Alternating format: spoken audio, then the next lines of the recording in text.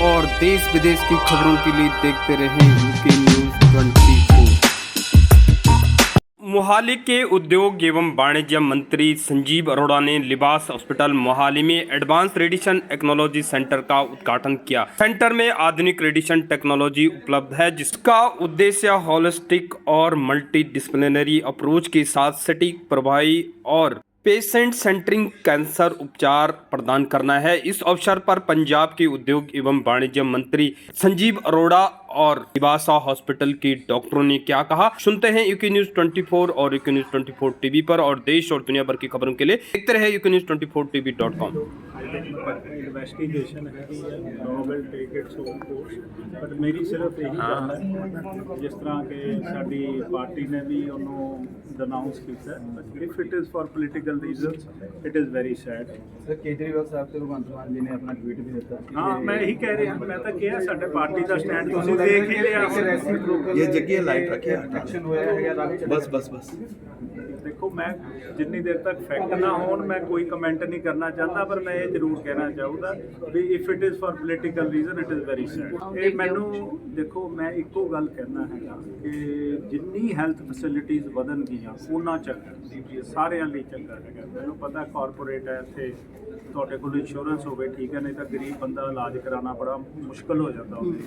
पर जिन्नियां ज़्यादा फैसिलिटीज़ होणगियां उन्ना मैडिकल फैसिलिटीज़ ठीक होगी। और मैं बधाई दिंदा लिबासा हॉस्पिटल, पर लिबासा हॉस्पिटल एक इहो जिहा हॉस्पिटल है बीइंग कॉरपोरेट ऑल्सो, इन्हां ने उहदे नाल जिहड़ा चीफ मिनिस्टर ਦੀ ਸਕੀਮ ਉਹਨੇ ਲਾਂਚ ਕੀਤੀ 10 ਲੱਖ ਵਾਲੀ ਪਾਲਿਸੀ ਪਾਸ, ਉਹਦੇ ਵਿੱਚ ਵੀ ਇਹਨਾਂ ਨੇ ਇੱਕ ਫੈਸਿਲਿਟੀ ਨੂੰ ਕੀਤਾ। ਇਹ ਕਹਿੰਦੇ ਅਸੀਂ ਫੈਸਿਲਿਟੀ 'ਚ ਕਰਕੇ ਦੇਖਾਂਗੇ ਔਰ ਜੇ ਠੀਕ ਹੋਇਆ ਫਰਦਰ ਵੀ ਅਸੀਂ ਕਰਾਂਗੇ। ਕਾਰਡ ਇੱਥੇ ਚੱਲੇਗਾ ਜੀ ਲਿਬਾਸਾ ਚ। ਇਹ ਇੱਕ ਫੈਸਿਲਿਟੀ ਹੈ ਕਿ ਨਵਾਂ ਸ਼ਹਿਰ ਵਾਲੀ ਫੈਸਿਲਿਟੀ ਚਲੇ ਇਹਨਾਂ ਨੇ ਕੀਤਾ, ਕਿਉਂਕਿ ਹਰ ਬੰਦਾ ਦੇਖਣਾ ਚਾਹੁੰਦਾ ਹੈ ਜੀ ਅਸੀਂ ਦੇਖ ਲਈਏ ਕਿ ਜਿਹੜੇ ਸਪੈਸ਼ਲੀ ਕਾਰਪੋਰੇਟ ਹੁੰਦੇ ਜਾਂ ਹਸਪੀਟਲ ਉਹ ਕਿਸ ਤਰ੍ਹਾਂ ਚੱਲ ਰਹੇ ਆ। ਮੈਂ ਕਹਿ ਰਿਹਾ ਨਾ ਕਿਉਂਕਿ ਉਹ ਜਿਹੜੀਆਂ ਇੰਸ਼ੋਰੈਂਸ ਕੰਪਨੀ ਦੇ ਚਾਰजेस ਹੁੰਦੇ ਉਹ ਥੋੜ੍ਹੇ ਜਿਹੇ ਡਿਫਰੈਂਟ ਹੁੰਦੇ ਆ ਤੋਂ, ਬਟ ਬਹੁਤ ਇੰਸਟੀਟਿਊਸ਼ਨ ਉਹਦੇ 'ਚ ਕਵਰਡ ਹੈ ਸਕੀਮ 'ਚ। ਬਿਲਕੁਲ ਕਰ ਰਹੇ ਆ, ਜਿਹੜੇ ਸਾਡੇ ਵੀ ਹਸਪੀਟਲ ਹੈਗੇ ਆ ਉੱਥੇ ਅਸੀਂ ਬਾਕੀ ਇਹ ਜ਼ਿਆਦਾ ਡਿਪਾਰਟਮੈਂਟ ਹੈਲਥ ਦਾ ਜਿਹੜਾ ਮੇਰੇ ਕੋਲ ਨਹੀਂ ਹੈਗਾ, doctor Balbir would be the right person to ask, but overall ਮੈਂ ਹੈਲਥ ਦਾ ਮੈਨੂੰ ਇਸ ਲਈ ਕੋਈ ਪਤਾ ਹੈ ਕਿ ਜਦੋਂ ਮੈਂ 3 ਸਾਲ ਰਾਜ ਸਭਾ ਦਾ ਮੈਂਬਰ ਸੀ ਮੈਂ ਉਦੋਂ 3 ਸਾਲ standing committee on health and family welfare का मैंबर ने, और मैं Dayanand medical college and hospital नाल भी इन्वॉल्वड हाँ, मैं वाइस प्रेजिडेंट हाँ। सो इस करके हैल्थ बारे मैं जनरल क्वेश्चन का पूछ सकता, बट गवर्नमेंट की पॉलिसीज़ का मेरे ख्याल डॉक्टर साहब को पूछना बैटर है जिहड़े साडे हैल्थ मिनिस्टर। थम्स डाउन, बहुत असी काम किया शहरों भी किया, सारी कौंसलों भी किया और कर भी रहे हैं। मैं तुहानूं एक दो चीज़ां दसना चाहना लोकल बॉडी द्वारा कि मई एंड तक 2120 किलोमीटर सड़क 1300 करोड़ रुपया लगा के असी कंप्लीट कर रहे हैं। ये सिर्फ शहरों से मैं कौंसलों की गल कर रहा, ਜਿਹੜੀਆਂ रूरल रोड्स बन रही या PWD अपने तौर पर कॉरपोरेशनों तो बाहर रोड्स बना रही वो लग जी। एक तो अजकल मशीनरी आ गई है कि सड़क पट्टन की लोड़ नहीं पैंदी, जी ड्रिल होंदी है ना बनी हुई सड़क के विचों दी हो जाती है। ਹੁਣ ਉਹ ਪਹਿਲਾਂ ਜ਼ਰੂਰ ਪੜਦੇ ਸੀਗੇ ਜੇ ਸਾਈਡ ਤੋਂ ਵੀ ਹੈ ਨਾ ਉਹ ਬੜੀ ਬਰੀਕ ਜੀ ਡਰਿਲ ਕਰ ਦਿੰਦੀ ਹੈ ਵੀ ਪੂਰੀ ਸੜਕ ਪੁੱਟਣ ਦੀ ਲੋੜ, ਪਰ ਕਈ ਜਗ੍ਹਾ ਉਹ ਮਸ਼ੀਨ ਨਹੀਂ ਚੱਲਦੀ, ਕਰਨਾ ਵੀ ਪੈਂਦਾ। ਬਟ ਇਹ ਨਹੀਂ ਆਪਾਂ ਵੇਟ ਕਰ ਸਕਦੇ ਵੀ ਪਹਿਲਾਂ ਆਪਾਂ ਇੱਥੇ ਸੀਵਰੇਜ ਪਾਈਏ ਉਹਨੂੰ 1.5 ਸਾਲ ਲੱਗ ਜਾਵੇ, ਫਿਰ ਇੱਥੇ ਤਾਰਾਂ ਪਾਈਏ ਸਾਲ, ਫਿਰ ਸੜਕ ਬਣਾਈਏ।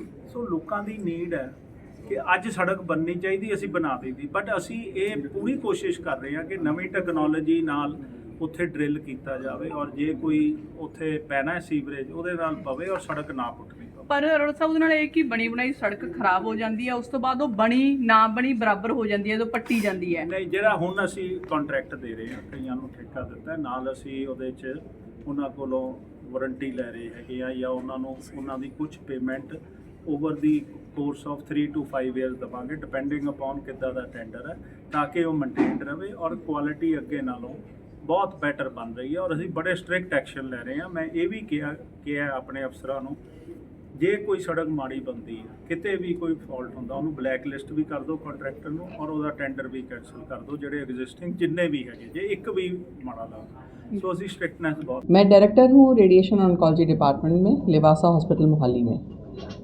मेरा इस फील्ड में मोर देन 25 इयर्स का एक्सपीरियंस है और मैंने बहुत इंस्टीट्यूट्स और डिफरेंट एडवांस टेक्नोलॉजीज़ में काम किया है ताकि हम एक safe, effective and patient centric treatment मरीज़ों को दे सकें। और आज हमारे लिए एक बहुत गर्व की बात है कि हम लिबासा मोहाली में नई एडवांस रेडिएशन मशीन का उद्घाटन कर रहे हैं। ये मशीन जो है, इसका प्लानिंग सिस्टम और मशीन बहुत एडवांस है। इसमें हम बहुत प्रिसाइज ट्रीटमेंट दे सकते हैं और इसमें हम ट्यूमर के टारगेट को बहुत प्रिसाइसली टारगेट कर सकते हैं कि सिर्फ उसी पे जो है रेडिएशंस का डोज जाए और जो नॉर्मल सराउंडिंग टिश्यूज़ हैं, जो नॉर्मल ऑर्गन्स हैं, उनको हम कम से कम साइड इफ़ेक्ट दे सकें। इससे ट्रीटमेंट बहुत इफ़ेक्टिव रहता है और साइड इफ़ेक्ट्स फ्यूअर रहते हैं, कम से कम साइड इफ़ेक्ट्स रहते हैं। ये ट्रीटमेंट जो है बिल्कुल पेनलेस होता है, नॉन इन्वेजिव ट्रीटमेंट है और बहुत ही कम समय में हर सेशन पे ये हो जाता है। पेशेंट्स के लिए बहुत कंफर्टेबल है। हमारे पास इसमें इमेज गाइडेड भी टेक्नोलॉजी है जिसमें कि हम पेशेंट की वेरिफिकेशन कर सकते हैं ऑन द मशीन।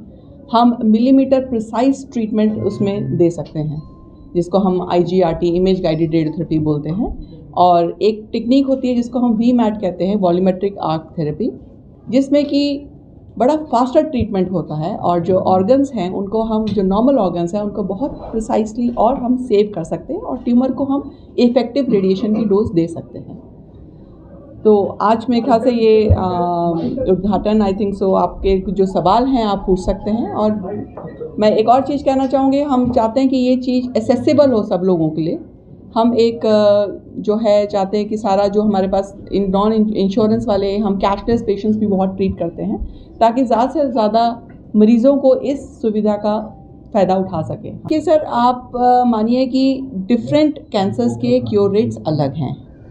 रेडिएशन हर एक कैंसर में नहीं यूज़ होती है, बट ऑलमोस्ट 70% ऑफ कैंसर्स में रेडिएशन यूज़ होती है। कभी ना कभी मे भी अलग तरीके हैं रेडिएशन के यूज़ करने के लिए। कई बार हम सिर्फ रेडिएशन के साथ कीमो दे के, कीमो रेडिएशन बोलते हैं, कैंसर का इलाज उसी से होता है। कईयों में हम सर्जरी के बाद अगर हाई रिस्क है दोबारा बीमारी का आने का, हम उसको एडजुवेंट रेडिएशन कहते हैं, उसमें देते हैं। बट मोटे तौर पे मैं ये कहूँगी कि अगर कैंसर जिनमें सिर्फ रेडिएशन और कीमो के साथ या रेडिएशन के साथ इलाज होना, अगर वो अर्ली स्टेज में होता है तो ऑलमोस्ट 80 to 90% क्योर रेट्स होते हैं। बट हमारे कंट्री में लेट पेशेंट्स आते हैं। देखिए, होता है अफोर्डेबल रेंज में रहता है और सपोर्ट सिस्टम्स रहती हैं, इंश्योरेंस सारे हैं। कॉस्ट में बहुत ज़्यादा कोई इंक्रीमेंट नहीं है। हम चाहते हैं कि टेक्नोलॉजी सब लोगों के पास पहुँचे, तो हमने कॉस्ट का बहुत ज़्यादा उस पर नहीं किया है। बट हम स्कीम्स जो हैं, आपके इंश्योरेंस स्कीम्स जो हैं, TPA हैं, जो कैशलेस पेमेंट्स हैं, उन सबको हम केटर करते हैं। एज अ लेमैन वही मैं आपको बता रही हूँ कि हम इमेज गाइडेंस इसमें और बेटर कर सकते हैं। उसमें हम जो कहते हैं कि हर सेशन में पेशेंट का मिलीमीटर का प्रिसाइज ट्रीटमेंट रहता है कि ट्यूमर के हम मिलीमीटर के ऊपर आगे जिस एरिया को ट्रीट करना है उसे आगे हम ट्रीटमेंट का डोज नहीं देते हैं ताकि नॉर्मल टिश्यूज़ मैक्सिमम सेव करें। पेशेंट की क्वालिटी ऑफ लाइफ बेटर हो जाती है जब साइड इफ़ेक्ट्स कम होते हैं और ट्यूमर को भी हम इफ़ेक्टिवली कंट्रोल कर पाते हैं बिकॉज हमारे पास और टेक्नोलॉजीज इसमें हैं जिसको हम स्टीरियोटैक्टिक रेडियो सर्जरी कहते हैं। बाकी डॉक्टर परनीत हमारे साथ हैं एसोसिएट, ये आपको एक्सप्लेन कर देते हैं जो हमारे पास हायर टेक्निक्स इसमें अवेलेबल हैं। Doctor Parneet, I am senior consultant at Livasa hospitals Mohali. लेकिन इसका सबसे बड़ा बेनिफिट जो हम ऐड ऑन जो पहले हम शायद नहीं यहाँ कर पाते थे वो था कि जो SRS, SBRT जो शॉर्ट ट्रीटमेंट्स हैं, जैसे पहले क्या होता था ब्रेन में अगर बीमारी चली गई है तो 10 रेडिएशन होती थी, अब हम सिर्फ एक रेडिएशन से उसका ट्रीटमेंट कर देते हैं एंड पेशेंट का जो सक्सेस रेट है वैसा या उससे बेटर ही रहता है। ऐसे ही स्पाइन, जैसे किसी के स्पाइनल कॉर्ड में बीमारी चली गई है उसमें भी 5 से 10 रेडिएशन होती थी, अब वो 3 रेडिएशन में हम उसका टोटल ट्रीटमेंट कर सकते हैं।